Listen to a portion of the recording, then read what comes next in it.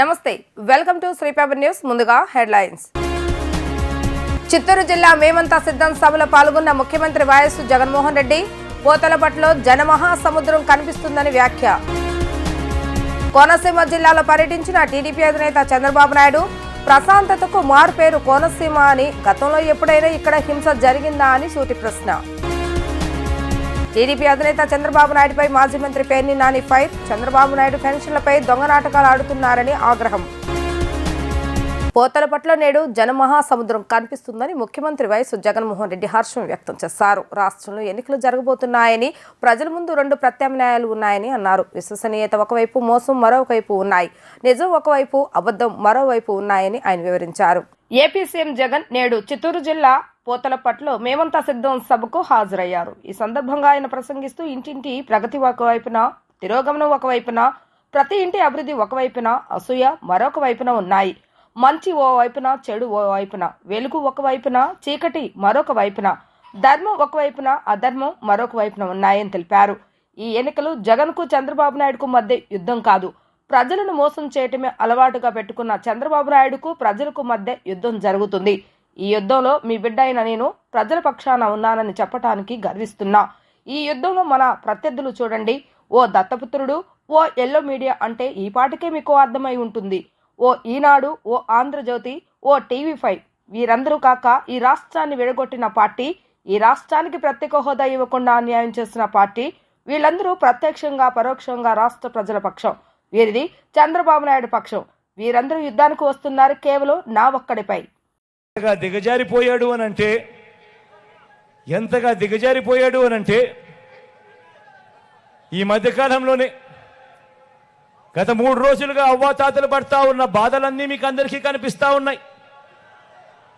ఏ స్థాయికి దిగజారిపోయాడు అనంటే ఆ వాలంటీర్లు వెళ్ళి అవ్వాతాతలకు ఇంటికి వెళ్ళి గుడ్ మార్నింగ్ చెబుతూ చిరునవ్వుతో 1వ తారీఖున ఎప్పుడూ కూడా క్రమం తప్పకుండా, ఎప్పుడూ కూడా మిస్ కాకుండా నెల 1వ తారీఖు వచ్చేసరికి సూర్యుడు ఉదయిస్తున్నాడో లేదో కానీ వాలంటీర్ మటుకు చిరునవ్వుతో వచ్చి తలుపు తట్టి సెలవు దినమైనా పండుగ దినమైనా కూడా వచ్చి అవ్వ తాతల ముఖంలో చిరునవ్వును చూస్తూ మనవల్లగా మనవరాళ్ళగా అవ్వ తాతల చేతుల్లో పెన్షన్ పెట్టి ఆ వాలంటీర్లను కూడా ఇదే పెద్ద మనిషి చంద్రబాబు నాయుడు గారు పథకం ప్రకారం ఎలక్షన్ కమిషన్కు నిమ్మగడ్డ రమేష్ అని చెప్పి తన మనిషి చేత లేఖలు రాయించి ప్రెజర్ పెట్టించి ఏకంగా వాలంటీర్ అనేవాడే లేకుండా, వ్యవస్థ అనేది లేకుండా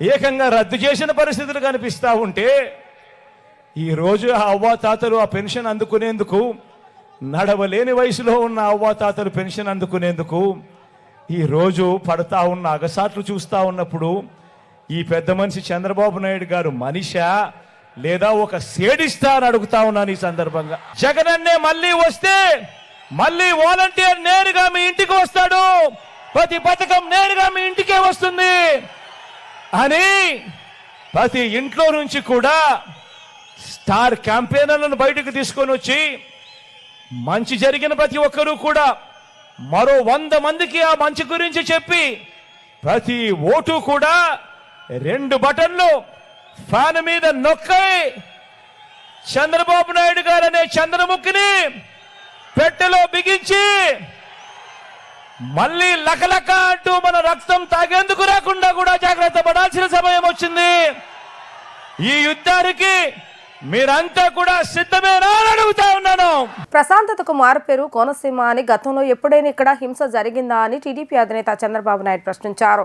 ఇప్పుడు రాష్ట్రంలో ఎక్కడ చూసినా అరాచకాలు జరుగుతున్నాయని, కబ్జాలు, దాడులు, హత్యలు, అక్రమ అరెస్టులతో ఏపీలో అస్తవ్యస్తంగా మారిపోయిందని ఆవేదన వ్యక్తం చేశారు. టీడీపీ అధినేత చంద్రబాబు నాయుడు కోనసీమ జిల్లా రావులపాలెంలో ప్రజాగళం సభకు హాజరయ్యారు. ఈ సందర్భంగా ఆయన ప్రసంగిస్తూ సీఎం జగన్ తనను పశుపతి అన్నాడని, ఆ మాట విని నవ్వుకున్నానని తెలిపారు. తనను పశుపతి అనటం పట్ల తానేమి ఆశ్చర్యపోలేదని, పశుపతి అంటే ప్రపంచాన్ని రక్షించే శివుడు అని వివరించారు. అందుకే తాను శివ అవతారం ఎత్తాను అని చంద్రబాబు నాయుడు పేర్కొన్నారు. నన్ను పశుపతి అనటాన్ని అంగీకరిస్తున్నా, ప్రపంచాన్ని రక్షించడానికి ఆ శివుడు విషాన్ని కూడా గొంతులో పెట్టుకున్నాడు. 5 ఏళ్లుగా మీరు చూస్తున్నారు. నన్ను అనేక మాటలన్నారు. మిత్రుడు పవన్ కళ్యాణ్ ను అడుగడుగునా ఇబ్బందులు పెట్టారు. అవన్నీ భరించాను. ఎన్నో అవమానాలు పడ్డాను. కానీ ఒకే పట్టుదల, ఒకే ఆలోచన, మళ్లీ తెలుగు జాతిని కాపాడాలి. ప్రజలను చైతన్యపరిచేందుకు తాను ప్రజాగళం చేపడితే ప్రజల్లో కనిపిస్తున్న ఉత్సాహం చూసి నేనే చైతన్యవంతుడిని అవుతున్నానని చంద్రబాబు నాయుడు పేర్కొన్నారు. ఎప్పుడెప్పుడు ఎన్నికలు వస్తాయా, మే 13 వస్తుందా, 2 బటన్లు నొక్కి వైఎస్ఆర్ కాంగ్రెస్ పార్టీని బంగాళాఖాతంలో పడేయడానికి సిద్ధంగా ఉన్నారు. అవునా కాదా? ఈరోజు నేను వచ్చింది మీకు ఒక భరోసా ఇవ్వడానికి, భద్రత గ్యారెంటీ ఇవ్వడానికి వచ్చాను. నేను ఒకటే చెప్తున్నా, ఈరోజు ఎన్డీఏ తరపున ఈరోజు చూస్తా ఉంటే 3 జెండాలు ఎక్కడికి పోయినా రెపరెపలాడుతున్నాయి. 3 జెండాలు వేరైనా అజెండా మాత్రం ఒకటి. ప్రజలు గెలవాలి, రాష్ట్రం నిలబడాలి. మా కలయిక మా కోసరం కాదు, మీకోసరం, ఈ రాష్ట్ర ప్రయోజనాల కోసమని మరొక్కసారి విజ్ఞప్తి చేస్తున్నా మీ అందరికీ.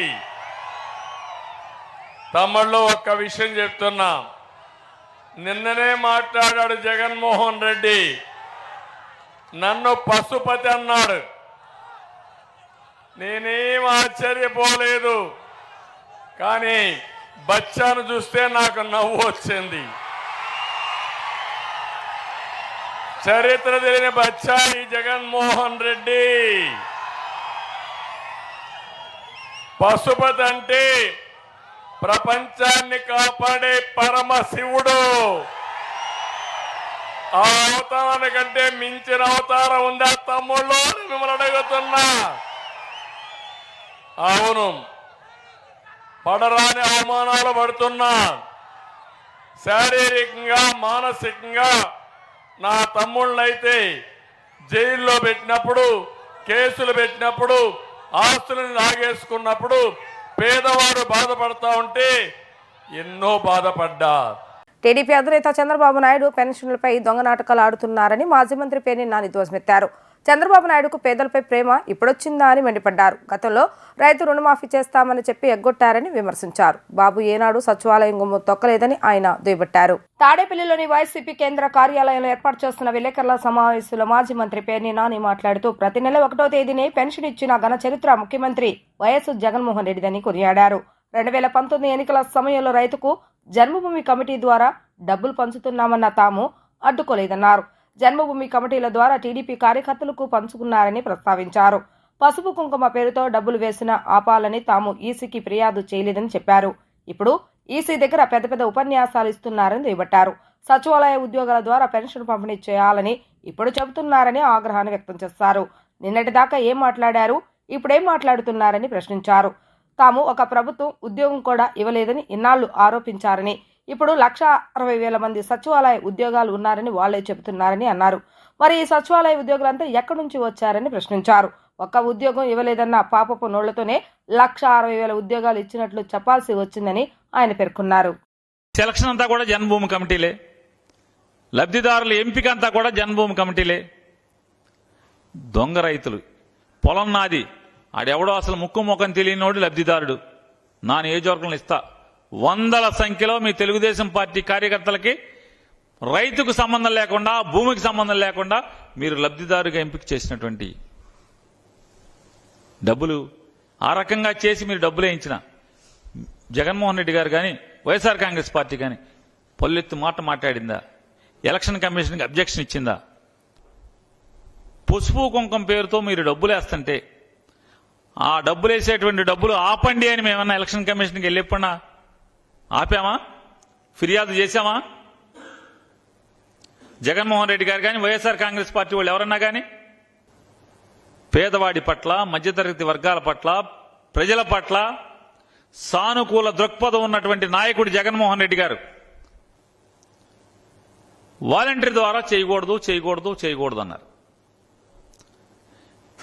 ఎన్నికల కమిషన్ దగ్గరికి వెళ్ళి పెద్ద పెద్ద ఉపన్యాసాలు ఇస్తున్నారు.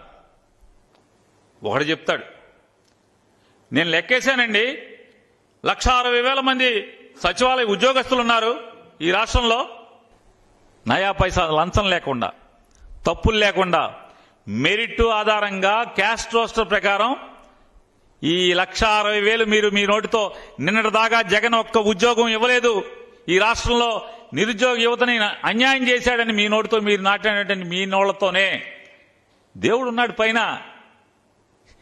జగన్మోహన్ రెడ్డి గారు చెప్తాడు కదా దేవుడు ఉన్నాడని. ఓట్లు దండుకోవాలనే కక్కుతితో వైసీపీ నేతలు మానవత్వం లేకుండా ప్రవర్తిస్తున్నారని టీడీపీ సీనియర్ నేత మాజీ మంత్రి దేవినేని ఉమామహేశ్వరరావు ఆగ్రహాన్ని వ్యక్తం చేశారు. పెన్షన్ల కోసం 34 లక్షల మంది వృద్ధులను మండుటెండలో సచివాలయాలకు రమ్మంటారా అని ప్రశ్నించారు.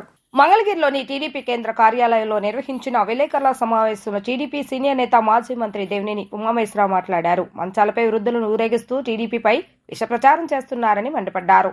వైసీపీ కుట్రలో భాగస్వాములైనందుకు 9 మంది అధికారులపై ఈసీ చర్యలు తీసుకుందని అన్నారు.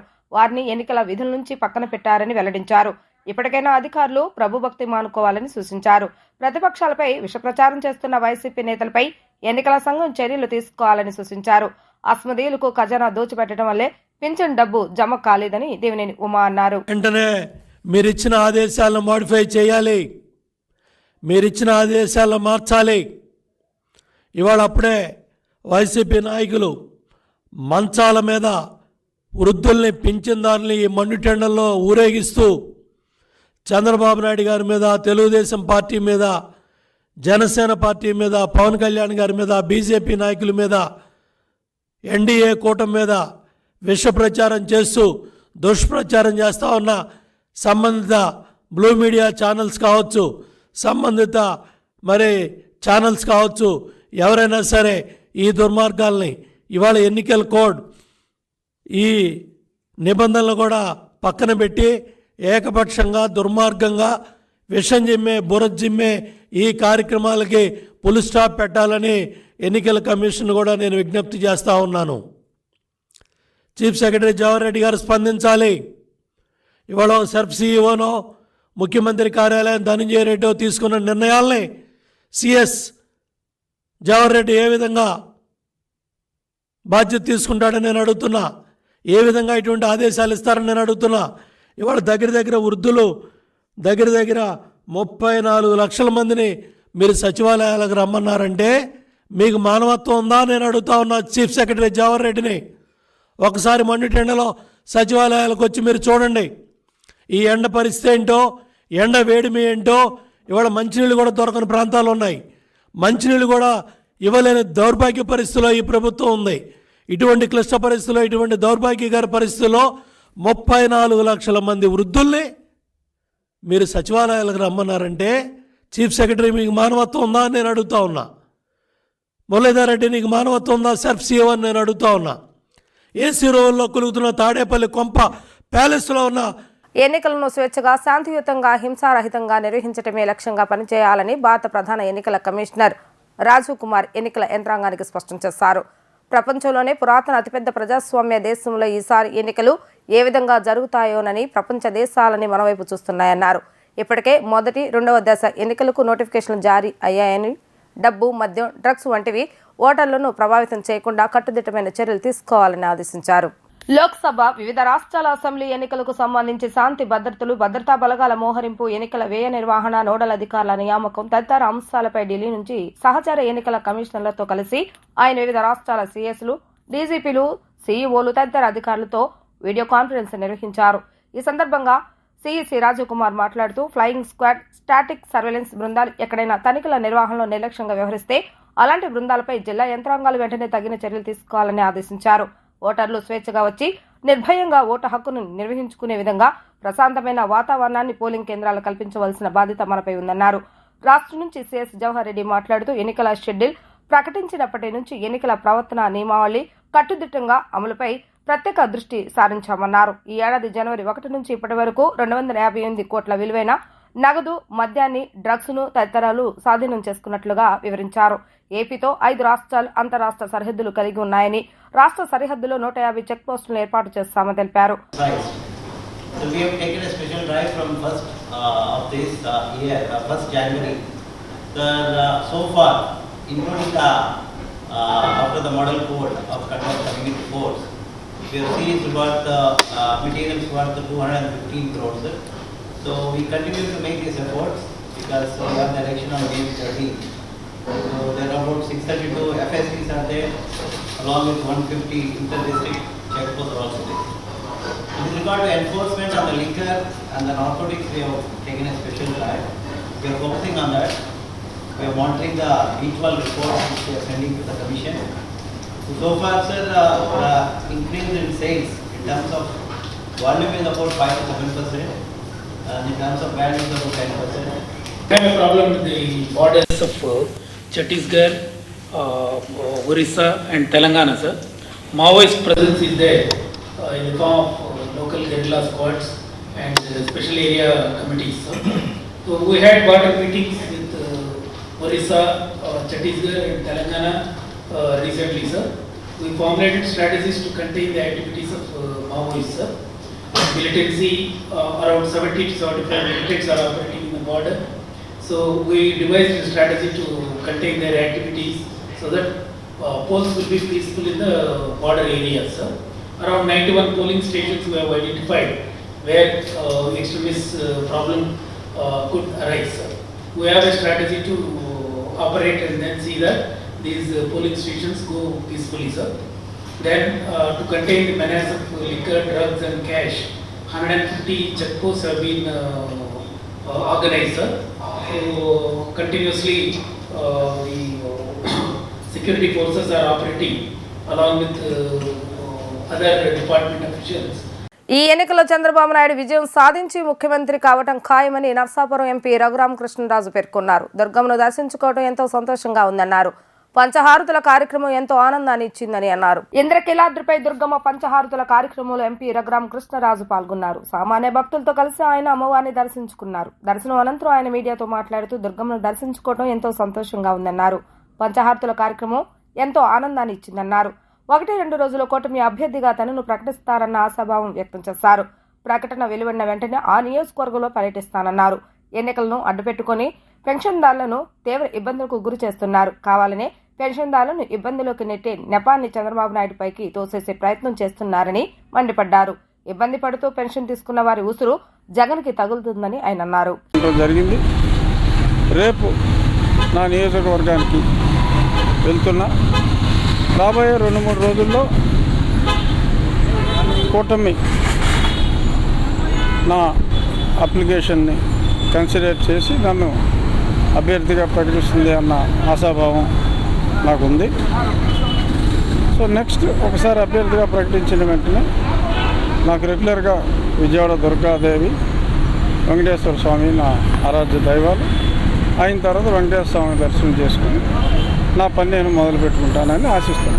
సార్, ఎన్నికల కోడ్ల అమల్లో ఉన్నందున మీరు సామాన్య భక్తులతో పాటు క్యూ లైన్లో వచ్చి సామాన్య భక్తులతో దర్శించుకున్నారు. ఎలా అనిపిస్తుంది? మొదటిసారి అంటే ప్రోటోకాల్ లేకుండా హ్యాపీగా ఉన్నాను, చాలా సంతోషంగా. ఎప్పుడు కూడా నేను ఇటువంటిదే ప్రిఫర్ చేస్తాను. చాలా సంతోషంగా ఉంది. చక్కటి దర్శనం జరిగింది. హారతి కార్యక్రమాల్లో పాల్గొనడం చాలా ఆనందం అనిపించింది. ఎన్నికల నేపథ్యంలో ఎలా ఉండబోతుంది సార్? ఖచ్చితంగా కూటమి విజయం సాధిస్తుంది, అందులో ఎటువంటి సందేహం లేదు. జగన్మోహన్ రెడ్డి గారి ప్రభుత్వం ఈ ఒక్క అవకాశం అని ఆయన అడిగారు, ఒక్క అవకాశం ఇచ్చారు. సో మళ్ళీ నాకు తెలిసి నాకున్న సర్వేలు అంచనాల ప్రకారం వాళ్ళు వచ్చే అవకాశం ఏమాత్రం లేదు. కూటమి అద్వితీయమైన విజయం సాధిస్తుంది. చంద్రబాబు నాయుడు గారు ముఖ్యమంత్రిగా ప్రమాణ స్వీకారం చేస్తారు. అంటే ఈరోజు చూసుకుంటే మనకి ఓటర్లకి అదే ఎవరైతే ఉన్నారో పెన్షన్దారులని ప్రభుత్వం ఇబ్బంది గురి చేస్తుంది సార్, దాని మీద ఎలా స్పందిస్తారు? అన్యాయం. ఇప్పుడు 1,25,000 మంది సెక్రటేరియట్ స్టాఫ్ ఉన్నారు, వాళ్ళకి పెద్దగా పని లేదు. ఒక్కొక్క వ్యక్తికి 50 గృహాలు అప్పచెప్తే 50 మందికి కంప్లీట్ అవుతుంది. మీరు ఒక పోస్ట్ మ్యాన్ రోజుకి ఎంతమందికి ఉత్తరాలు ఇస్తున్నారో మీకు తెలుసు. అటువంటిది ఒక వ్యక్తి ఆ కాలనీలో ఉన్న 50 గృహాలు అడ్రస్ లేని వాళ్ళు కాదు కదా మనం పెన్షన్ ఇచ్చేది. సో మరి ఆ అడ్రస్ ఉంటుంది, అక్కడికి వెళ్తే ఒక్కరోజు పని లేదా మ్యాక్సిమం 2వ రోజు. కేవలం ప్రజలను హెరాస్ చేసి ఆ హెరాస్మెంట్ చంద్రబాబు నాయుడు గారు చేశారు అని ఆయన మీద నెపం వేయటానికే ఈ కుట్ర చేశారు. చంద్రబాబు నాయుడు కుళ్ళు కుతంత్రాలతో వాలంటీర్స్ ద్వారా పేదలకి అవాతాతలకి పెన్షన్స్ ఇవ్వకుండా చేస్తారని మాలమహానాడు జాతీయ అధ్యక్షులు యోనారాజు ఆరోపణలు చేశారు. టీడీపీ పార్టీకి ప్రజలు ఈ ఎన్నికల ఓటు ద్వారా బుద్ధి చెప్పాలని పిలుపునిచ్చారు. బడుగు బలహీన వర్గాలు బాగుండాలి అంటే మరలా జగన్మోహన్ రెడ్డి సీఎం అవ్వాలని అన్నారు. విజయవాడ గాంధీనగర్ ప్రెస్ క్లబ్ లో మాల మహానాడు జాతీయ అధ్యక్షులు యోనా రాజు విలేకరుల సమావేశాన్ని నిర్వహించారు. విజయవాడకి చెందిన న్యాయవాది కోట జయరాజును ఏపీ రాష్ట్ర లీగల్ సెల్ అధ్యక్షుడిగా నియమిస్తూ నియామక పత్రాన్ని జయరాజుకు అందజేశారు. అనంతరం నట్ట యోనారాజు మాట్లాడుతూ ఆంధ్రప్రదేశ్ రాష్ట్రంలో ఇంచుమించు 12,000 సచివాలయాలు కట్టి 1,35,000 ఉద్యోగాలు కల్పించి 2,50,000 మంది వాలంటీర్లకు ఉద్యోగాలు ఇచ్చి వారితో 66 లక్షల మంది పేద బడుగు బలహీన వర్గాల వారికి, ముసలి అవాతాతలకు, ఒంటరి మహిళలకు, వికలాంగులకు 1వ తారీఖున వారి ఇంటికే వచ్చి పెన్షన్లు ఇచ్చి ప్రజల వద్దకే పాలనను నిరూపించిన వ్యక్తి జగన్మోహన్ రెడ్డి అని అన్నారు. చంద్రబాబు నాయుడు కుళ్ళు కుతంత్రాలతో వాలంటీర్స్ ద్వారా పేదలకి, అవాతాతలకి పెన్షన్ ఇవ్వకుండా చేశారన్నారు. రాష్ట్రంలో ఉన్న ప్రజలందరూ గమనించాలని, రాష్ట్రంలో బడుగు బలహీన వర్గాలు ఉండాలి, తినాలి, బతకాలంటే మళ్లీ మనం వైఎస్ జగన్మోహన్ రెడ్డిని సీఎంగా చేద్దామన్నారు. కులాలు మతాలకు అతీతంగా, ప్రాంతాలకు అతీతంగా పరిపాలించే వైఎస్ జగన్మోహన్ రెడ్డి గారిని మాలలందరూ మరొకసారి గెలిపించాల్సిందిగా మాల మహానాడు రాష్ట్ర జాతీయ అధ్యక్షుడిగా మీ అందరినీ అర్థిస్తూ ఉన్నా.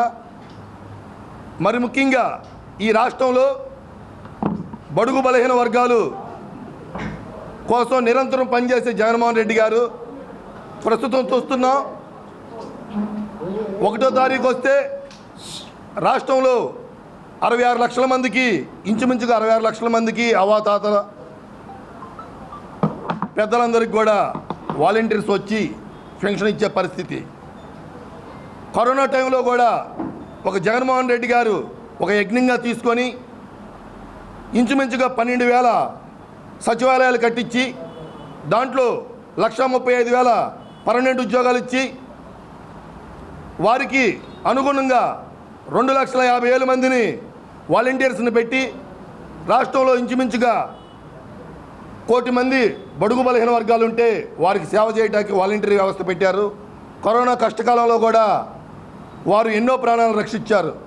అలాంటి వాలంటీర్ వ్యవస్థ ఎంతో చిత్తశుద్ధితో పనిచేస్తూ ఉంటే వాలంటీర్ వ్యవస్థ పెట్టిన కానుండి చంద్రబాబు నాయుడు గారు వాలంటీర్ వ్యవస్థ, పవన్ కళ్యాణ్ గారు వాలంటీర్ వ్యవస్థ మంచిది కాదు, డేటా అమ్మేస్తుంది, అది ఇదని రకరకాలుగా మాట్లాడుతున్నారు. అయ్యా నేను చెప్తా ఉన్నా, కరోనా కాలంలో మీరిద్దరూ హైదరాబాద్లో ఉన్నారు.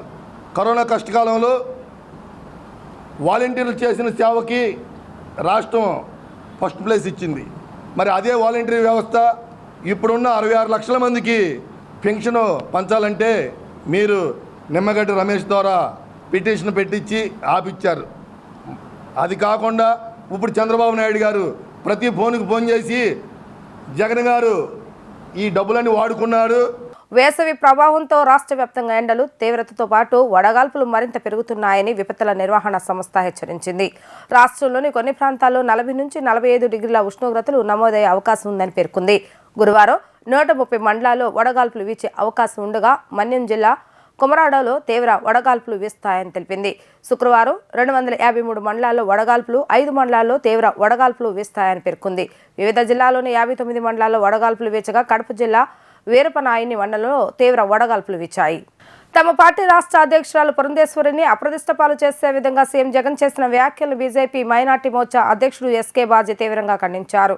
గౌరవప్రదమైన ఎన్టీఆర్ కుటుంబాన్ని రోడ్డు మీదకు లాగాలన్న దురుద్దేశంతోనే విశాఖ మాదక ద్రవ్యాల కేసులో నిందితుడైన వీరయ్య చౌదరిని పురంధేశ్వరి బంధువంటూ జగన్ అనుకూల మీడియా ద్వారా దుష్ప్రచారం చేస్తున్నారని మండిపడ్డారు. 20 కోట్ల రూపాయల పరువు నష్టం కేసు వేసి లీగల్ నోటీసులను యాజమాన్యానికి పంపామని ఆయన వివరించారు. వైసీపీ ఇలాంటి నిరాధార ఆరోపణలు చేస్తే తగిన మూల్యం చెల్లించుకోక తప్పదని ఆయన హెచ్చరించారు. ఎవరు ప్రాతినిధ్యం వహించాలి అంటే సాక్షాత్తు చిన్నాన్నని హత్య చేసిన నిందితుడికి టికెట్ ఇవ్వాలా, నిలబెట్టాలా. సాక్షాత్తు ఆ పార్టీకి దీర్ఘకాలిక ప్రెసిడెంట్గా ఎన్నికల ముందుంచి ఎన్నికలు అయిపోయిన తర్వాత ఆ పదవి నుంచి పీకి ఇంటికి పంపించినటువంటి తల్లి ఎవరైతే ఉన్నారో ఆ తల్లిలాగా చేసేటువంటి కొడుకు ఉండాలా. సాక్షాత్తు ఆస్తి కోసం చెల్లి అడిగితే గొంతు పట్టుకొని గోడకేసి కొట్టేటువంటి అన్నయ్య లాంటి అన్నయ్యలు రాజకీయాల్లో ఉండాల.